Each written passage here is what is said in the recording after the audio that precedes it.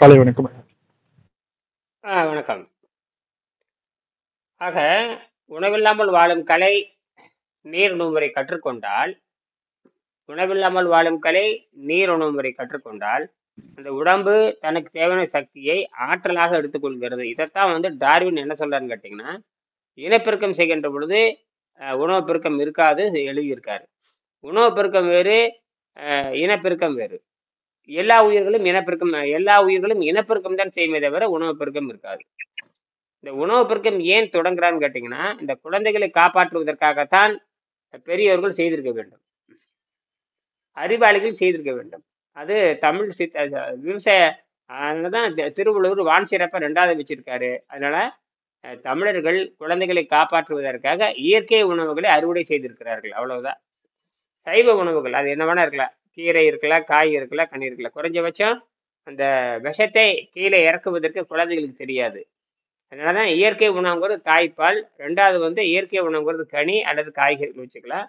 3வது அவன் சுத்தமாகறப்ப ஆற்றல் எடுத்துக்கிறான். அதனாலதான் யாருக்கு இது மனிதனுக்கு மட்டும்தான் பொருந்தும். பரிணாம வளர்ச்சி அடிப்படையில் மனிதனுக்கு மட்டும்தான் இந்த ஆற்றல் வேறு, உணவு வேறு. அவ்வளவுதான்.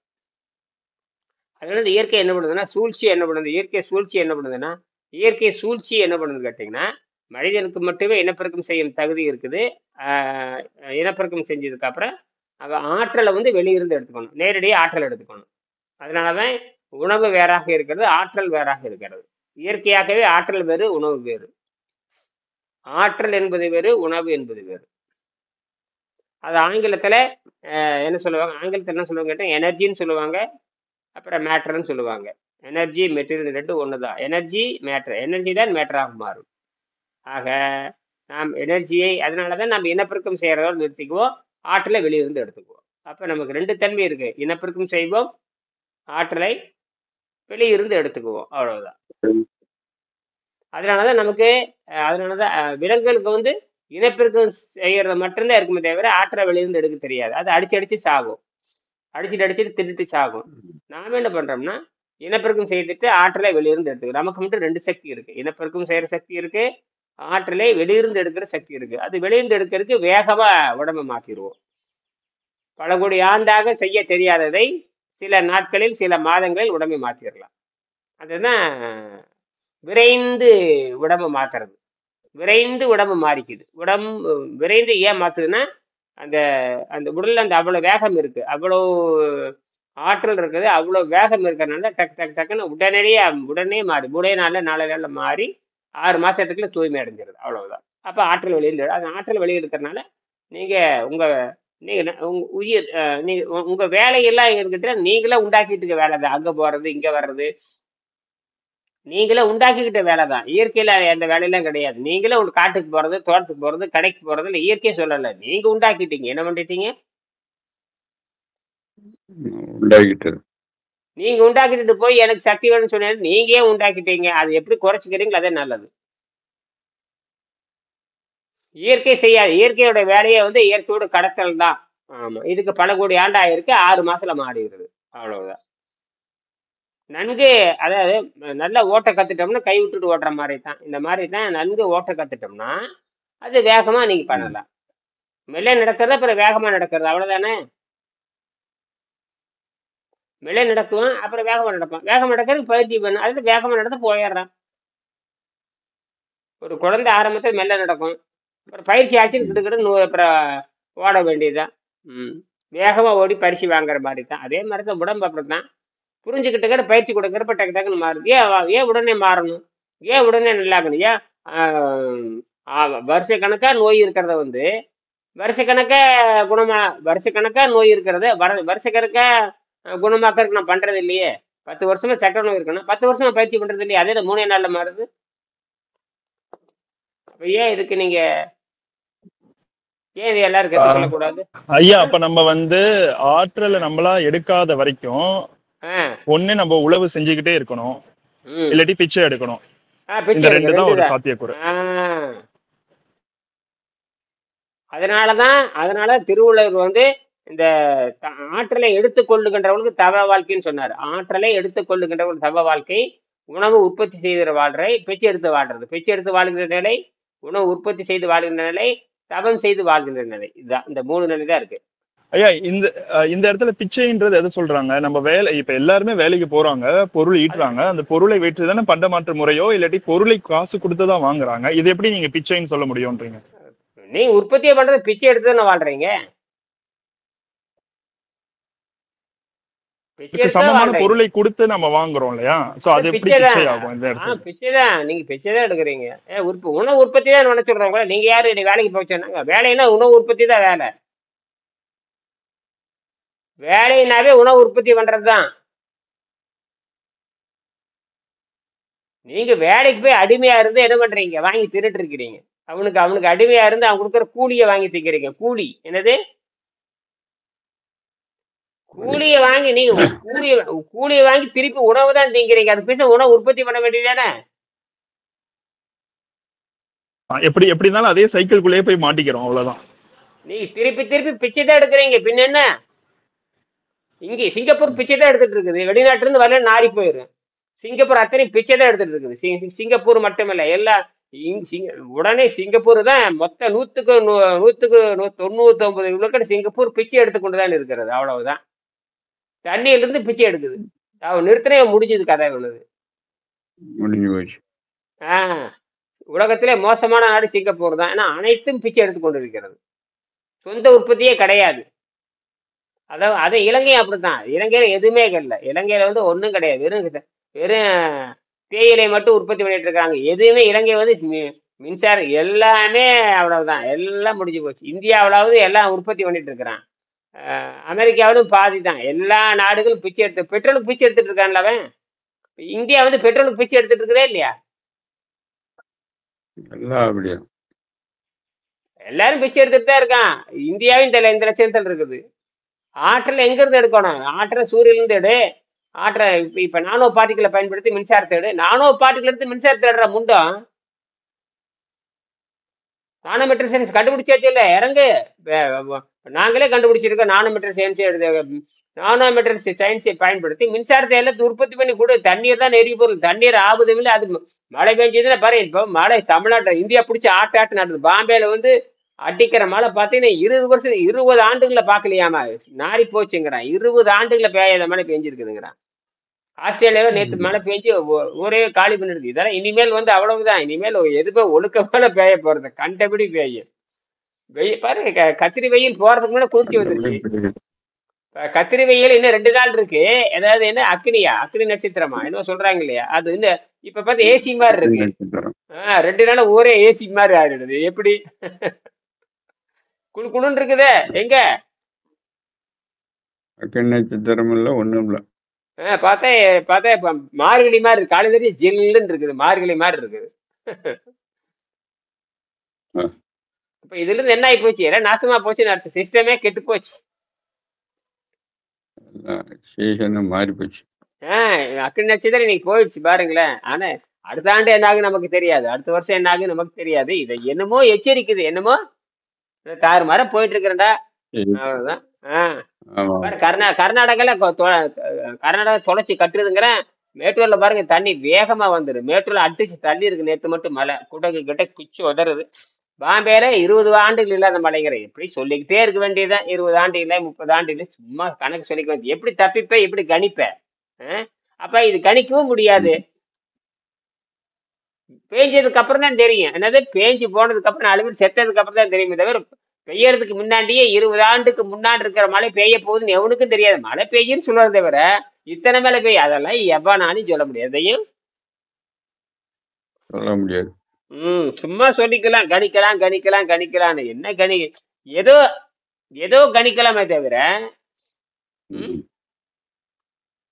சரி 20 ஆண்டு பெய்யக்கூடிய மழை 20 ஆண்டு பெய்யக்கூடிய மழை வந்து அறிவியலை வச்சு கண்டுபிடிக்க முடியாதா? கண்டுபிடிக்க முடியலையே.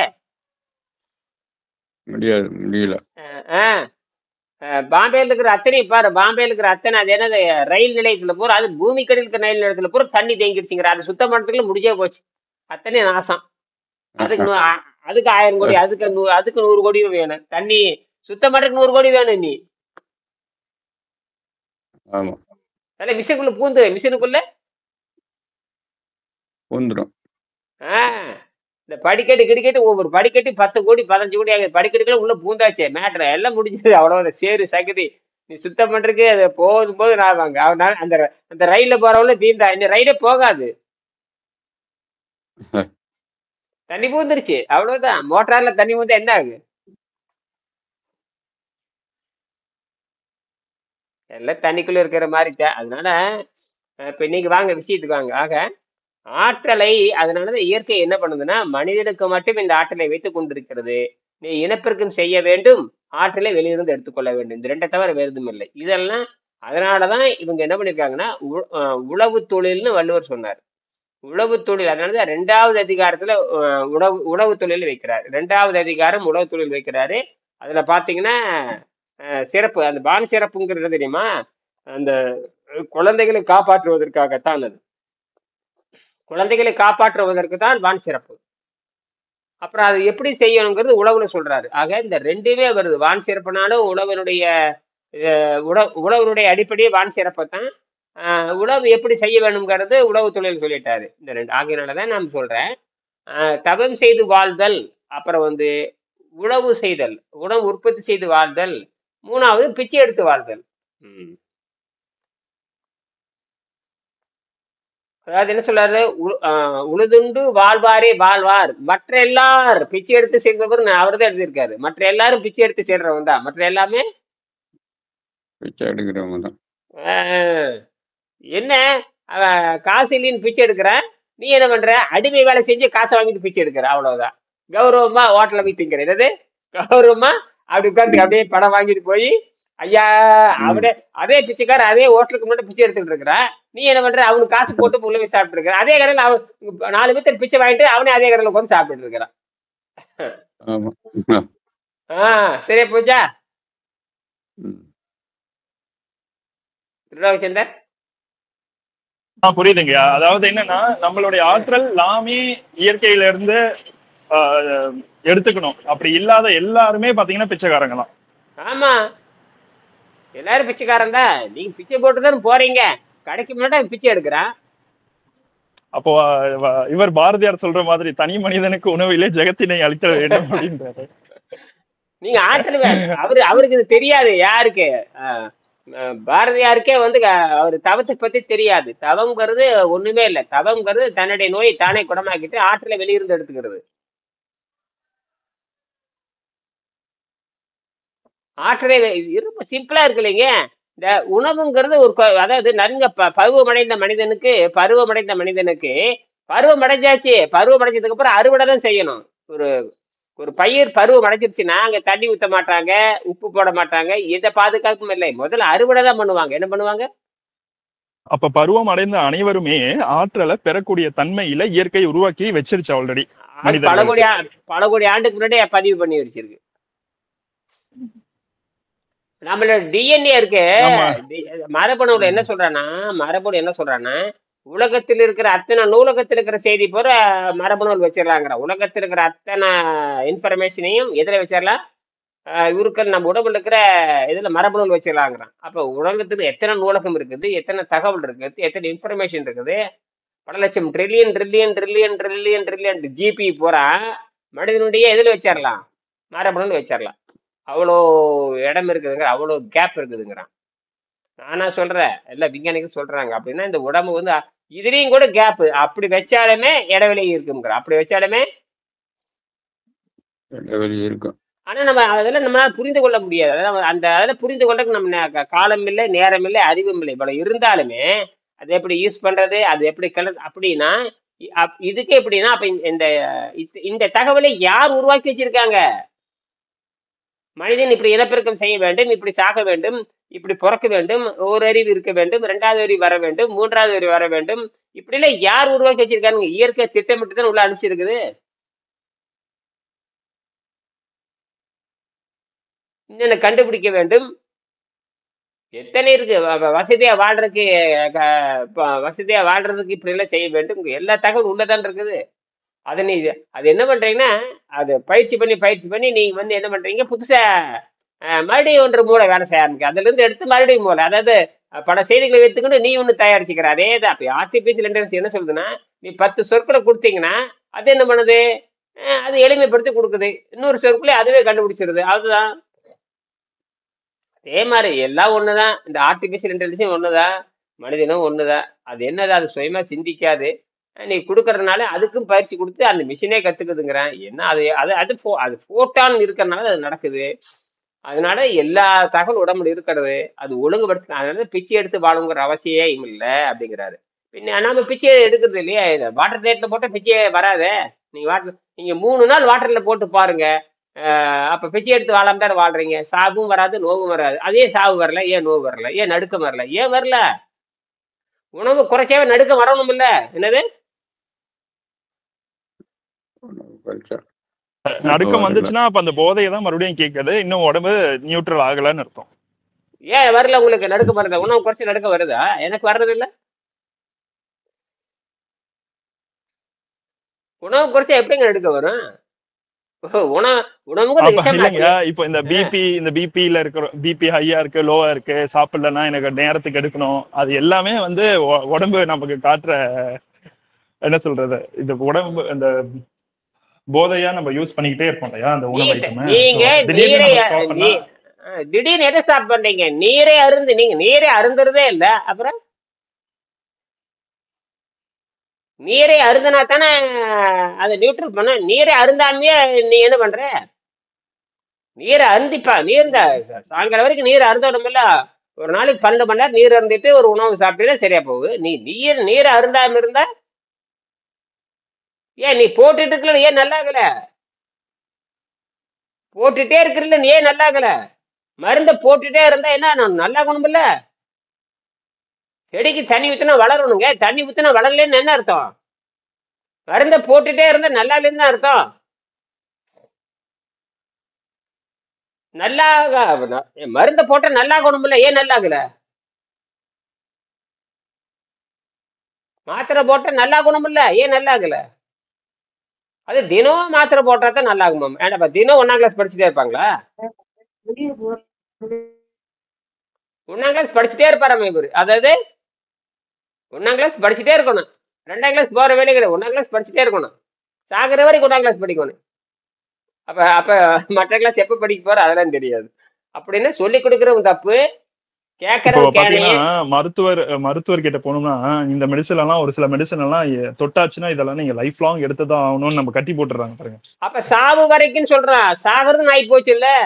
அப்ப அந்த மருந்து குற்றமா, இவனுடைய குற்றமா, அவன் குற்றமா, யாருடைய குற்றம்? சாவர வரல சாப்பிடணும். அப்படின்னா சாவறது ஆகி போச்சு. இப்ப சாவற வரைக்கும் சாவறது ஆகி போச்சு. எதுக்குங்க? நீ அந்த தின்னாலும் கேள்விக்கே போக மாட்டோம். இப்ப இந்த ஏன் கேள்வி நீங்க ஃபர்ஸ்ட் கேட்டிருக்கீங்க, பட் ஆனா அவ்வளவா சிந்திச்சது இல்ல. ஆனா இப்ப நான் சிந்திக்கிறேன். ஆமா, அப்ப அவன் சாவர வரைக்கும் எடுக்க சொல்றான் அப்படின்னா அப்ப அவன் சாவு நிச்சயம்ன்றான். நீ ஆமா, அப்ப வாழ்றதுக்கு நீ எதுக்கு எடுக்கணும் அப்படின்ற அந்த அந்த பாயிண்ட்டுக்கு மூவ் ஆன் ஆகவே இல்லையே அவன். நீ வாழ்றதுக்கு தின்ன பரவாயில்ல, நீ சாவத்தான் போறேங்கிறான். நீ சாவற வரைக்கும் நீ தின்னுதான் சாவுன்னு ஆகி போனதுக்கு அப்படி எதுக்குது? நீ என்ன படிச்சாலும் 1ஆம் கிளாஸ் தாண்ட மாட்டேன்னு எதுக்கிட்ட படிக்கணும் நான் கேட்கணுமே இல்லையா? இப்பதாங்க புரியுது. நீங்க ஃபர்ஸ்ட் இத சொல்லிருக்கீங்க, அப்ப புரிஞ்சதுக்கும் இப்ப 3 மாசம் கழிச்சு இதே கருத்தை இப்ப கேட்கறதுக்கும் இப்ப அந்த புரிதலே வேற லெவல்ல இருக்கு. இதே கருத்து முன்னாடி பேசியிருக்கீங்க, அப்ப எனக்கு வந்து ஒரு ஸ்டேட்மெண்டா தான் இருந்தது. இப்போ நல்ல கருத்தை ஆய்ந்து ஆய்ந்து ஆய்ந்து ஆய்ந்து கடைஞ்சு கடைஞ்சு கடைஞ்சு கடைஞ்சு இப்ப அதே கருத்தை மறுபடியும் திருப்பி பேசும்போது வேற ஒரு புரிதல் வருது. அப்ப சாவு நாய் பூச்சி மருந்து எதுக்குயா? நீங்க நீச்சல் அடிச்சாலும் என்ன சொல்றானா, நீ என்னதான் நீச்சல் அடிச்சாலும் நீ என்னதான் நீச்சல் செத்து போயிருவேன். நான் வந்து தண்ணிக்குள்ள விழுந்துட்டேன். நீ நீச்சல்ல கோல்டு மெடல் வாங்கினாலும் தண்ணியில முழுகிட்டே சாவேனா அப்புறம் எதுக்கு நீச்சல் அடிக்காம விட்டுறலாமே? என்ன செத்துதான் போப்ப, நீச்சல் எதுக்கு அடிக்கணும் நான் கேக்குறேன். நீச்சல் அடிச்சாலும் நீ தண்ணியில மூழ்கிதான் சாவே. நீச்சல் அடிச்சாலும் நீ தண்ணியில மூழ்கிதான் சாவேனா அப்புறம் எதுக்கு நான் நீச்சல் அடிக்கணும்? அப்ப அப்படியே செத்து போயிடுறேன். எதுக்கு நீச்சல் அடிக்கணும்? நீந்த கத்துக்கணும். எதுக்கு நீந்த கத்துக்கணும்? அந்த மாதிரி தான் சாகு வரைக்கும் நீ மாத்திரை மருந்து தின்ன சாகணும்னா அது எதுக்கு மருந்து? வாழணும்னா மருந்து திங்கலாம். சாவறதுக்கு மருந்து திங்கிறதுக்கு நீ என்ன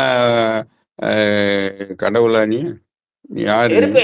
செருப்புன்னு எதுக்கு? காலை பாதுகாக்கிறது தானே செருப்பு. என்ன செருப்பு போட்டாலும் காலை பாதுகாக்க முடியாது, அப்புறம் செருப்பு எதுக்கு? செருப்பு போட்டாலும் முள்ளு குத்தி தான் சாகுவேன்னா அது ஆ, எதுக்கு செருப்பு? செருப்பு எதுக்கு? ம். இப்ப எதுவா இருந்தாலும் பைத்தியக்காரன். உடம்ப சுத்தம் பண்ணிட்டு அந்த இயற்கையில அந்த ஆற்றலை நம்ம எடுக்கிறது தான் மெடிசன். நீ அதுதான் நிஜமான மெடிசன். அதுதான் பிச்சை அதுதான் எடுக்காத வாழ்க்கை. அதுதான் பிச்சை எடுக்க மானத்தை காக்கிற வாழ்க்கை, பிச்சை எடுக்காத வாழ்க்கை. ஆஹ் அதனால இப்ப நீ ஏன் பிச்சை எடுக்கலைன்னு கேட்டீங்கன்னா, நான் இந்த கலையை சொல்லி கொடுக்க நீங்க காசை கொடுக்குறீங்க, நான் பிச்சை எடுக்கல. இல்லாட்டி நான் நல்ல பிச்சை எடுத்துட்டு இருக்கேன். இப்ப நான் பிச்சை எடுக்கிறது 25 வருஷம் பிச்சை எடுக்கிறது இல்லை. எவனுக்கே எனக்கு எனக்கு எஜமானரே எனக்கு கிடையாது.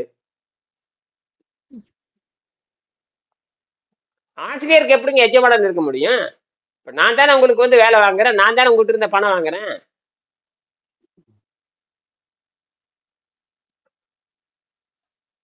சிறு சிறு இங்கதான் இதுதான் உற்பத்தின்னு பேரு, இதுதான் ஆசிரியர்னு பேரு. ஆசிரியர் சொற்ப கட்டணத்துல வாழ்வார், அவ்வளவுதான். எனக்கு 4 பேர் தான் இருக்கிறீங்க, நான் 1000 பேரா உட்காந்துருக்கிறீங்க. என்ன நடராஜ் இப்பதான் வந்திருக்காரு. எங்க 4 நாள் எங்க வெளியே போயிட்டாரு தெரியுது. வெளில போயிருந்தேங்க ஐயா கொஞ்சம். சரி சரி சரி, பரவாயில்ல பரவாயில்ல. பரவாயில்ல, எங்கேயே போங்க வாங்க, யாரு வேண்டாங்கிறாங்க. அப்படின்னா லாரி ஓட்ட போயிட்டீங்களா? ஐயா வண்டிக்கு போலீங்க, கொஞ்சம் வெளில இது ஃபங்க்ஷன், கல்யாண ஃபங்க்ஷனுக்காக போயிருந்தாங்க ஐயா வெளியில, திருச்செங்கோடு. திருச்செங்கோடு சாப்பிட்டுட்டு வரத்தான். சாப்பிட்டுட்டு வரத்தான். இல்லைங்க ஐயா, சாப்பாடு சாப்பாடு எடுத்துக்கல, அளவா தெரியுது இல்லைங்க ஐயா. 4 நாளா அங்க போயிட்டீங்க. சரி சரி, அது போங்க வாங்க, யாரு கேட்க. இதுல இது சுதந்திரம் இருக்குது, இதுல அவ்வளவுதான். இது முழு சுதந்திரம். போய் அங்க போய் தின்னுவோட்டு வந்தாலும் சுத்தப்படுத்த திங்கறது எதுக்கே அவன் கொடுக்குறான், திங்கறான், இங்க வந்து சுத்தப்படுத்த வேண்டியது தானே. அப்புறம் என்ன தப்பு? திங்கறதுனால ஒண்ணும் ஆக போறது இல்ல. திங்கறத தின்னா மட்டும் என்ன ஆக போகுது? ஒண்ணும் ஆகாது. ஒழுங்கா வந்து அப்படி பல வளைக்க வேண்டியதுதான். என்னது அது ஏன் திங்கற அங்க ஏன் கொள்கை பேசிட்டு இருக்க வேண்டியது? அங்கெல்லாம் கொள்கையே பேச என்ன கொள்கை இருக்குது? அவனுக்கு என்ன தெரியுமோ அதை கொடுக்குறான். நீ வேணும்னா தின்னு, அவனை பார்த்துட்டே இருக்காடா. கரெக்டா 100 கிராம் சாப்பிடு, 200 கிராம் சாப்பிடு, இட்லி சாப்பிடு. ஊத்துற ஒரு கான்ட்ராக்ட்காரன் போடுறான், நீ அவனா வந்து மாமா மச்சான் கொஞ்சிட்டே இருக்கிற. அது ஏதோ பிச்சைக்காரன் வந்து கான்ட்ராக்ட், அவன் பிச்சைக்கார 200 ரூபாய்க்கு கூடிக்கு வர்றான், அவன் ஏதோ எடுத்து போட்டுட்டு இருக்கிறான், கேட்கறத கொடுத்துட்டு போறான். அவனு அவன் அன்பவா காட்டுறான். அவன் கூடிக்கு எப்படா கல்யாணம் பண்ண முடியும், எப்ப இலை எடுத்துட்டு வீட்டுக்குள்ள அவன் பாத்துட்டு இருப்பான். நீ அவனை போய் என்ன பண்ணி அவங்க வேண்டாம் நிறுத்திடுறாங்க ஐயா, வேண்டாம் நிறுத்திடுறாங்க. ஏன்னா கேட்கறீங்க, வேண்டாம் வைக்கல விட்டுறாங்க ஐயா, அவ்வளவுதாங்க ஐயா. அவனை கொஞ்சிட்டா இருக்கிற, சாப்பிடு மாப்பிள சாப்பிடு மாப்பிள சாப்பிடு போடான்னு அவன் போயிட்டே இருக்கிறான். நல்லதா போச்சு. அவன் நின்றுட்டே இருப்பான், அவன் ஓடிடுறான். அதெல்லாம் அந்த காலம். அதெல்லாம் வந்து அதெல்லாம் 100 வருஷத்துக்கு வீடுனா கல்யாணம்னா அன்னைக்குலாம் 50 பேர் தான் இருப்பாங்க, அதுக்கு மேல இருக்க மாட்டாங்க. 100 வருஷத்துக்கு மேல கல்யாணம் நடந்ததுன்னா அந்த வீட்டுக்குள்ளதான் இருக்கான். அந்த ஒரு வீடு இருக்கும், ஒரு அவ்வளவுதான். ஒரு பந்தலை போட்டுக்குவாங்க, ஒரு 50 பேர் உட்கார்ந்து இருப்பாங்க, அதோட முடிஞ்சு போச்சு. அப்பெல்லாம் கல்யாணம் வந்து 4 நாள் 5 நாள் நடக்கும். இப்பெல்லாம் 12 மணி நேரம் தான். இப்பெல்லாம் கரெக்டா 12 மணி நேரம். இதெல்லாம் வேற, இது வியாபாரம். இதெல்லாம் கல்யாணம் கிடையாது, இதெல்லாம் ஒரு வியாபாரம், கூத்தடிக்கிறது. இங்க சர்வீஸ் கூட கிடையாது. இங்க நம்மளே பிளேட் எடுத்து போய் கியூல நின்று நம்மளே போட்டு நம்மளே வேண்டியதை எடுத்துட்டு பஃபே மாதிரி எடுத்துட்டு சாப்பிட்டு போயிட்டு வந்துட வேண்டியதான். கல்யாணத்துல இப்ப அப்படிதான் பண்றாங்க. இப்ப இங்கெல்லாம் மேலே நாடுகள் எப்படின்னு கேட்டா, கல்யாணம் ஒண்ணும் கிடையாது, ஒரு சடங்கு. போக வேண்டியது நேரம் ஹோட்டலுக்கு எடுப்போம், 4 பேர். அங்கே கல்யாணம் பத்திரிக்கை நம்ம தான் பருக்கி வச்சுட்டு ஊர் எடுத்து பிச்சைக்காரனாட்ட ஊர் பேதி புடுங்கியாட்டு போய் அலைஞ்சிட்டு இருக்கிறாங்க. எதுவும் கிடையாது. அப்படி நேரா போன மோதிரம் மாத்துக்கிட்டு அப்படியே கடைக்கு டீ சாப்பிட்டு போயிட்டே இருக்கிற, அவ்வளவுதான். அதெல்லாம் 1 மணி நேரத்துல கல்யாணம் பண்ணி சொல்லுங்க, அவ்வளவுதான். ஆமாங்க, நம்ம தாங்க கூத்தடிச்சிட்டு கிடக்கு. பத்திரிக்கை அடிக்கிறது இங்கதான் பத்திரிக்கை. இன்னும் அந்த பழைய காலத்துல இந்த முண்டங்கள் அப்படி பண்ணிட்டு இருக்குது. என்ன போய் அவன் வந்து எடுத்து கிடைக்க போறான்? ஓடுறது இங்கிருந்து எங்கேயோ போய் ஓடி 50 கிலோமீட்டர் 500 கிலோமீட்டருக்கு அப்பால போய் பத்திரிக்கை வைக்கிறான். என்ன வெங்காயம்? அந்த அவன் 500 கிலோமீட்டர் அந்த கௌரவத்துக்காக அந்த 5 ரூபாய் இட்லி திங்கறதுக்கு 5000 செலவிட்டு இங்க வர்றான். அதெல்லாம் சாத்தியம் இல்லை.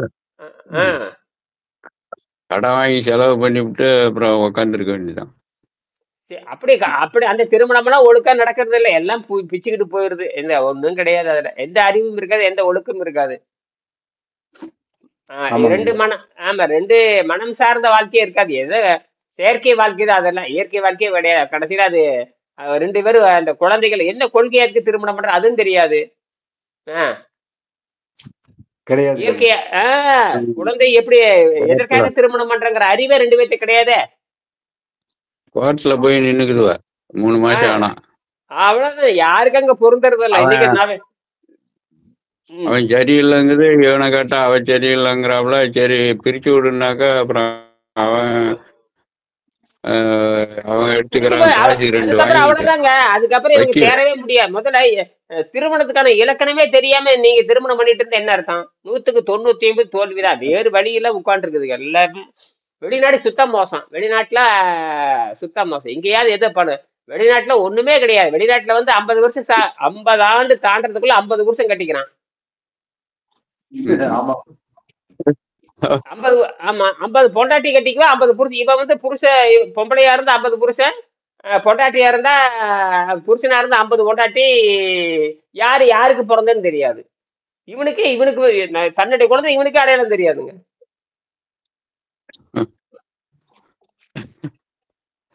இது நேத்து பார்த்தேன் இந்த பிரான்ஸ் நாட்டு அதிபரு விமானத்துல நின்று இருக்கிறேன். நேத்து பார்த்த அந்த வீடியோ ஓடிட்டு இருக்கு பாருங்க. பிரான்ஸ் நாட்டு அதிபரு விமானத்துல இருந்து கீழே இறங்குறேன். இறங்குறதுக்குள்ள பொண்டாட்டி கோபம் ஓகே கடத்துல திடீர்னு ஒரு அரை விடுற அப்படியே பதிவாயிடுச்சு. ஆமா, அது உலகம் பூரா போயிடுச்சு. பார்த்தா நானும் பார்த்தேன். அடி பொண்டாட்டிய உதவாங்கிறத கீழே இறங்குறான். அப்ப ரெண்டும் பேசாத போகுது. ரெண்டும் பேசுறது. பிரான்ஸ் நாட்டு அதிபரு நின்று நாட்டுக்கு அதிபர் தான், பொண்டாட்டி தான் அரை வாங்கிட்டு இறங்குறான். பார்த்தாங்க நாட்டுக்கே அது பிரான்ஸ் நாட்டு அதிபர் தான் அரை வாங்கிட்டு கீழே இறங்குறான். கரெக்டா கரெக்டா பார்த்து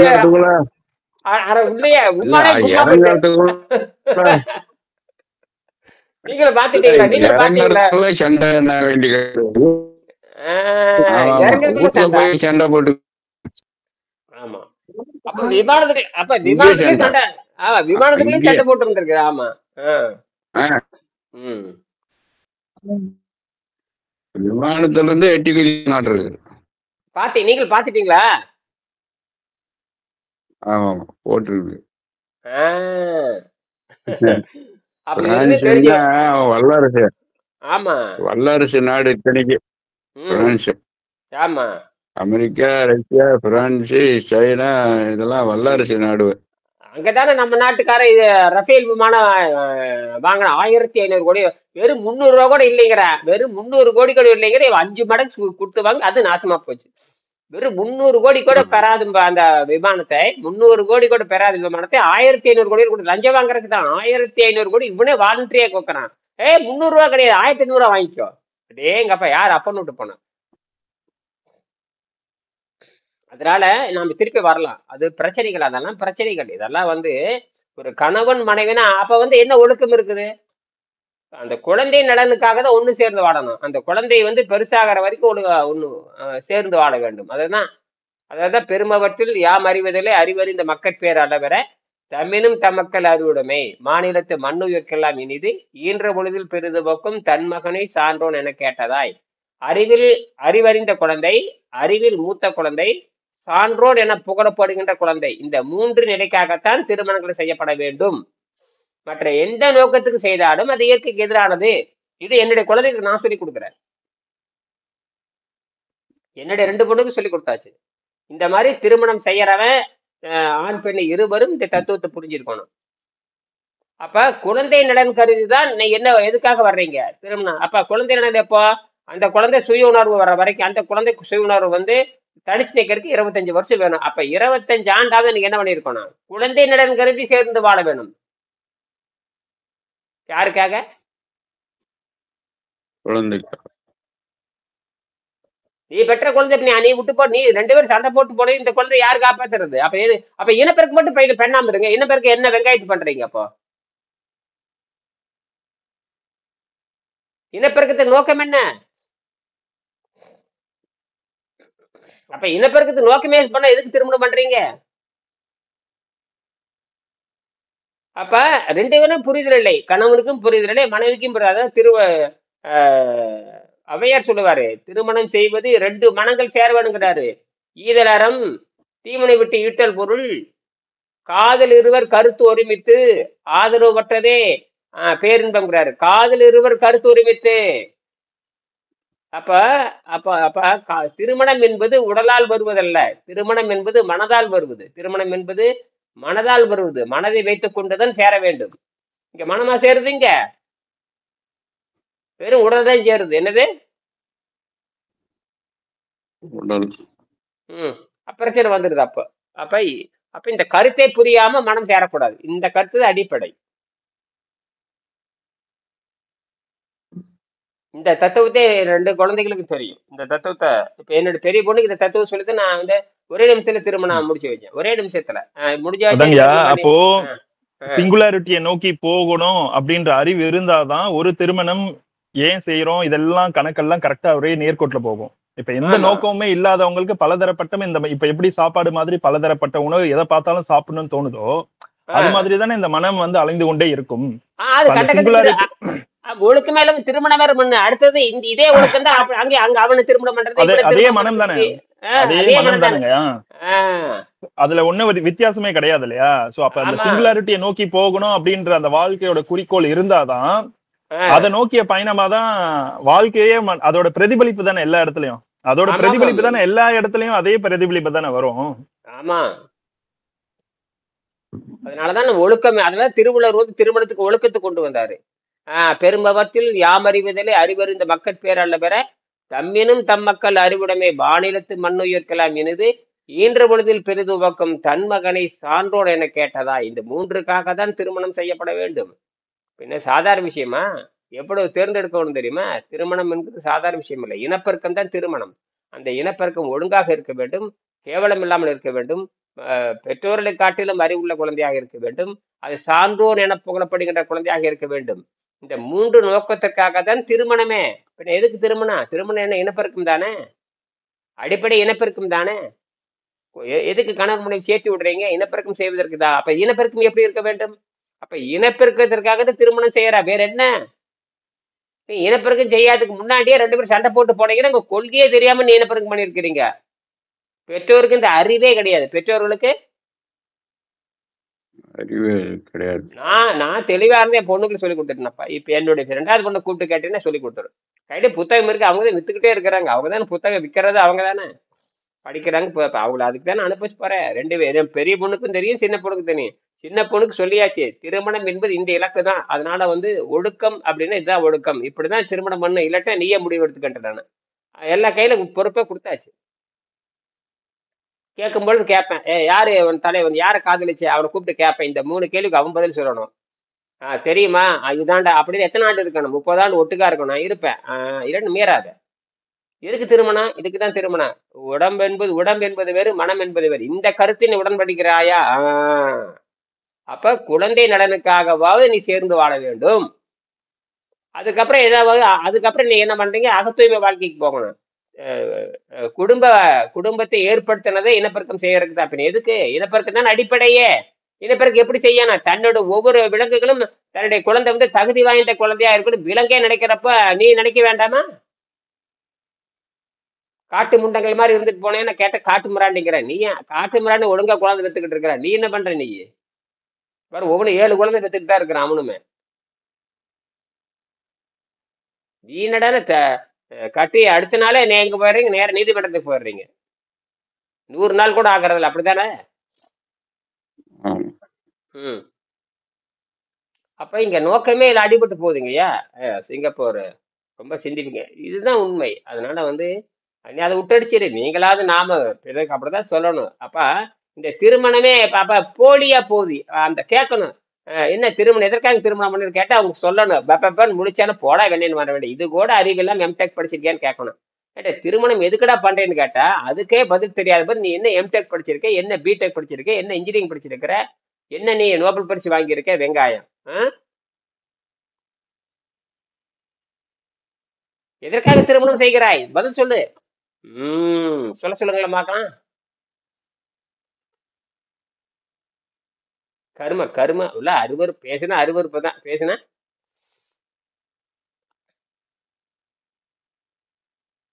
திருலோச்சந்தர் அதாங்க சிந்தனை செய்துட்டு என்ன அருவருப்பான வாழ்க்கை. ஏதாவது ஒழுக்கம் இருக்கான்னு பாருங்க. எதுக்காக திருமணம் பண்ணணும்? உடல் உறவு தான். அப்புறம் என்ன திருமணம் நோக்கம்? என்ன உடல் உறவு தானே. அந்த உடல் உறவு ஒழுங்கா சரியா முதல்ல நீ. அதுவும் கிடையாது, என்ன இளவும் கிடையாது. உடல் உறவு நோக்கம் என்ன? எதுக்கு ஒரு ஒரு விலங்கு எதுக்கு உடல் உறவு கொள்வது? தன் இனப்பெருக்கம் செய்யறது தானே. அந்த இனப்பெருக்கம் தகுதி வாய்ந்தா இருக்க வேண்டாமா? அதுவே செலக்ட் பண்ணு. தகுதி வாய்ந்தவனை மட்டும்தான் அது பண்ணு. அதே தகுதி பார்க்குது. இனப்பெருக்கம் செய்வதற்கு ஒரு விலங்கே தகுதி பார்க்குது. சாதாரணமா பெண்ணுகிட்ட யாரும் போயிட முடியாது. 4 சிங்கம் இருந்ததுன்னா அந்த 4 சிங்கத்துக்கு சண்டை வரும். அது இப்ப இங்க தகுதி தகுதியான பாக்குறதே வந்து பாத்தீங்கன்னா ரொம்ப லோ லெவல்ல ஆயிடுச்சு பாரு. வெறும் காசு பணம் படைத்தவன் மட்டும்தான் செலக்ட் பண்றாங்க. கேவலம் கேவலம். அது வந்து எப்படி தெரியுமா? நாயை விட கேவலமான போயிடுச்சு. அப்ப அங்க இனப்பெருக்கம் நடைபெறாது. இனப்பெருக்கம் கேவலமா தான் இருக்கு. இனப்பெருக்கம் அப்ப உடம்புக்காக தான் சேர்றாங்க. அப்ப அது சேராமே இருந்துக்கலாமே. பணத்தை வச்சுட்டு விபச்சாரத்துக்கு போயிடலாமே. அதுக்கு விபச்சாரத்துக்கு இருக்கிறாங்க. சட்டமாக்கி விபச்சாரத்தை சட்டமாக்குற நாடெல்லாம் இருக்குது. போ அவனை என்னமோ பண்ணு போ.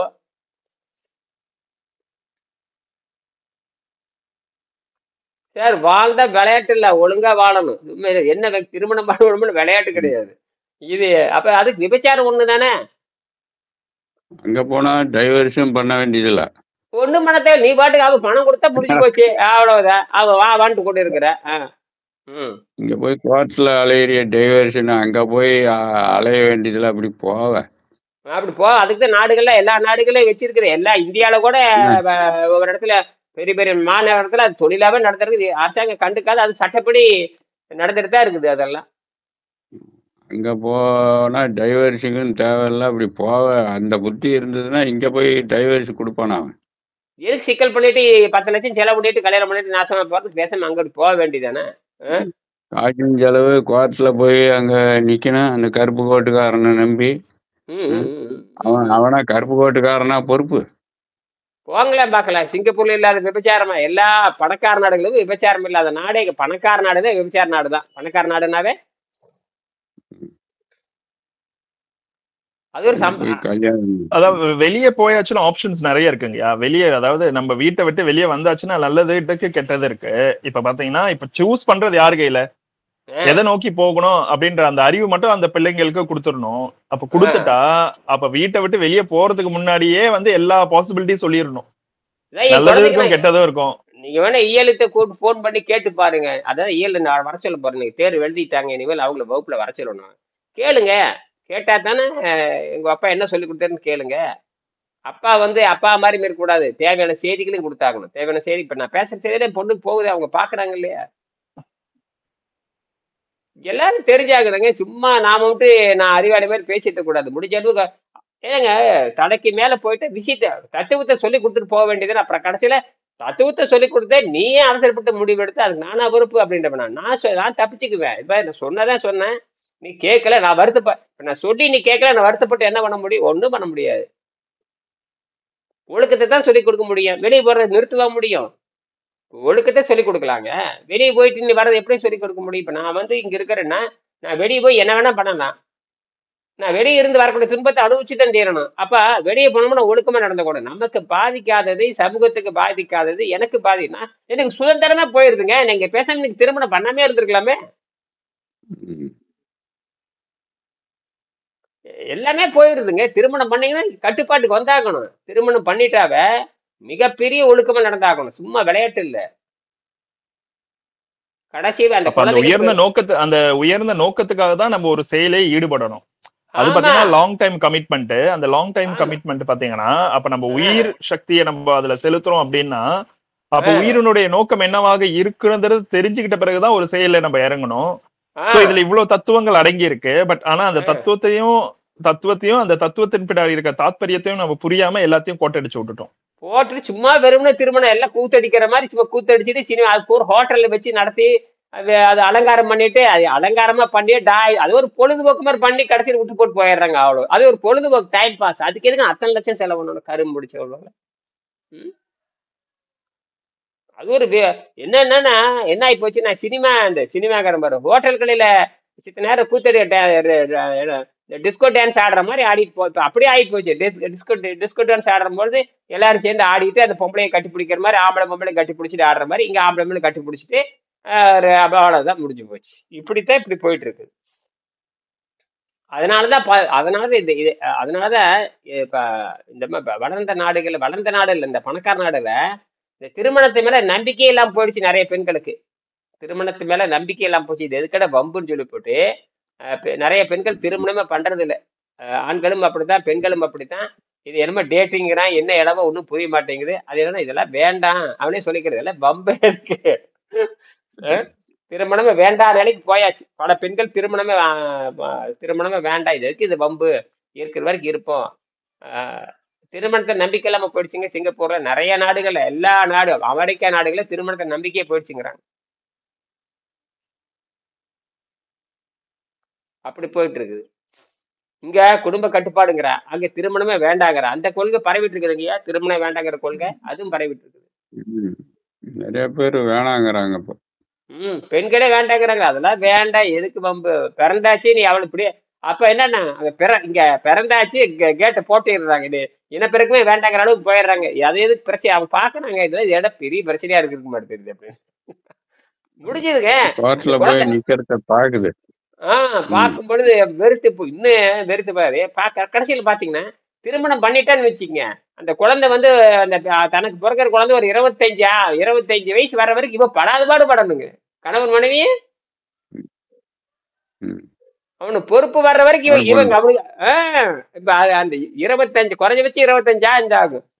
இவங்க உண்மையான விடுதலை வேணும்னா கூட 25 ஆண்டு ஆகும். அவன் பெருசாகணுமே.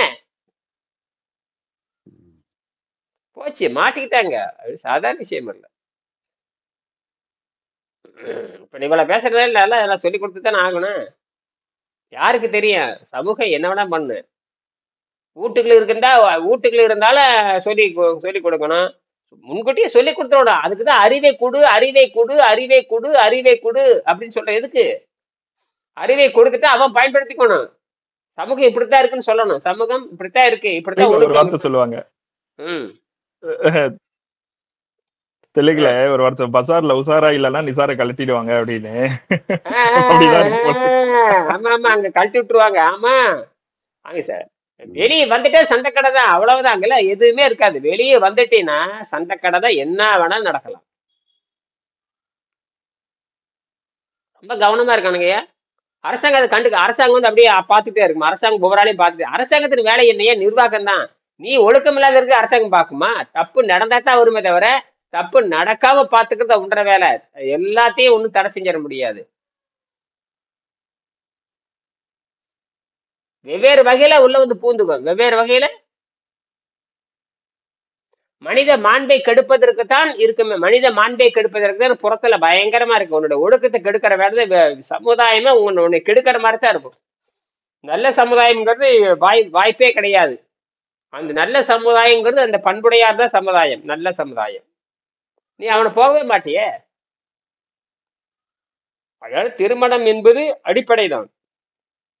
திருமணம் உலகம் பூரா திருமணத்தை வேண்டாம்னு சொல்றது இல்லை. யாரும் திருமணத்தை வேண்டாம்னு சொல்றது. ஆனா எந்த மதங்களும் திருமணம் வேண்டாம், எந்த மதங்களும் ஆண் பெண்ணும் சேர்ந்து குழந்தை பெற்றுக்க வேண்டாம் அப்படின்னு யாரும் சொல்லவே முடியாது. இனப்பெருக்கு பாருங்க, பாலஸ்தீனத்துல அவ்வளவு கொடுமை நடக்குது, குழந்தை பிறந்துட்டு தான் இருக்கு. எனக்கு சிரிப்பா இருக்குது. என்னடா அங்க பாட்டு குண்டு மேல போடுறா, இங்க குழந்தை மேல பிறந்துட்டே இருக்குது அப்படின்னு உங்களுக்கு என்னடா தொழில்னு கேட்டீங்கன்னா இனப்பெருக்கு பண்ணிட்டே இருக்கிறாங்க.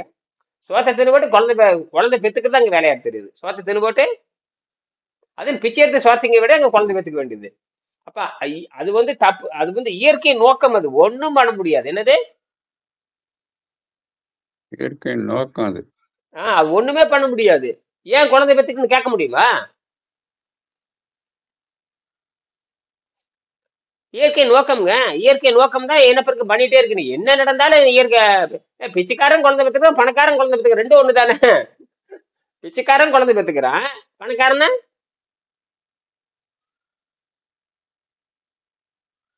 அப்ப இந்த பிச்சைக்கார பணக்காரன் ஒண்ணுமே கிடையாது. இனப்பெருக்கம் தான். நாங்க கரெக்டா பாருங்க, காட்டுவாசியும் குழந்தை பெத்துக்கிறான், பிச்சைக்காரன் குழந்தை பெத்துக்கிறான், சொறி பிடிச்சவிடா இருக்கிற அவனே 4 குழந்தை பிச்சிருக்கிறான்.